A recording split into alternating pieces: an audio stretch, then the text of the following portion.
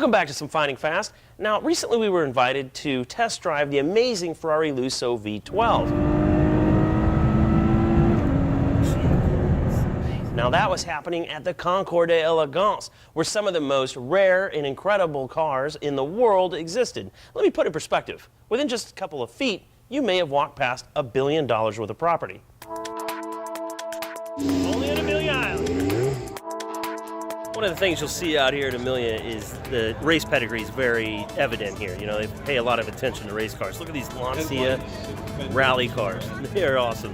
How cool the engine is in this thing. It's just all business. I like that their name's Martini. Those are tasty. We've got the John Player Special behind us. I think it's an amazing little car, very cool, but I had to do it because the camera guy actually freaked out. He said, "There's no way that's a John Player Special.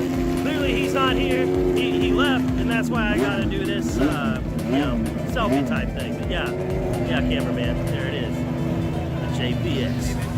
Sometimes you're just too fast and you can't drive safely. So then you get a nice little tow rope.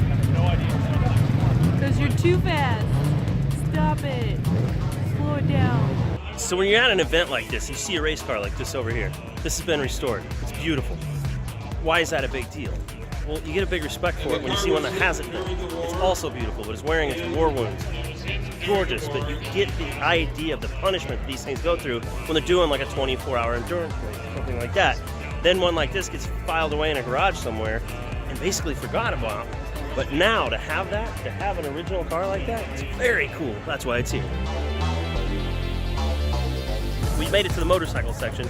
Look at these Ducati Super Sports. These things are so awesome. I love these, and I love the Kawasaki's from about the same generation. But this is a true cafe racer. No poser bikes here. This is how they came.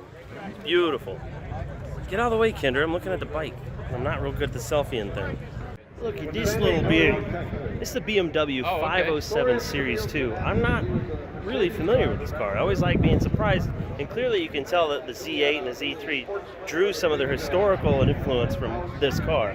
It's just reeks of it, but it's a pretty cool little car, man. Very, very simple, detailed V8. I love what they did with the firewall, where the battery is almost in line. In other words, they intentionally put the battery in place so that it all looks very flowing and smooth. It's a very neat little bump out behind the engine there and everything else. Even little details like the door handles, just way ahead of their time. Very cool stuff. Like I said, I like being surprised by cars that I don't know about. One of the coolest things about being here is the stories behind the cars. People always say that to me, you know, in a professional aspect. Well, it's all about the story behind the car. I agree. Well, how about this one? Driven by Brock Yates and Dan Gurney at a Cannonball Run. Now, there's an unfair advantage right there. And then they got a Ferrari on top of it. They made the basically from Manhattan to California run in just over 35 hours, hitting speeds over 172 miles an hour. And even with stops, they averaged an 80-mile-an-hour run. It's cool. Look at that thing. And on the way out, we stumbled upon one of 10 North American Ferrari 275 GTB4Ss. When we have a classic Ferrari like this, one of 10 convertible GTBs, 275 GTB, just can't even imagine what that would cost.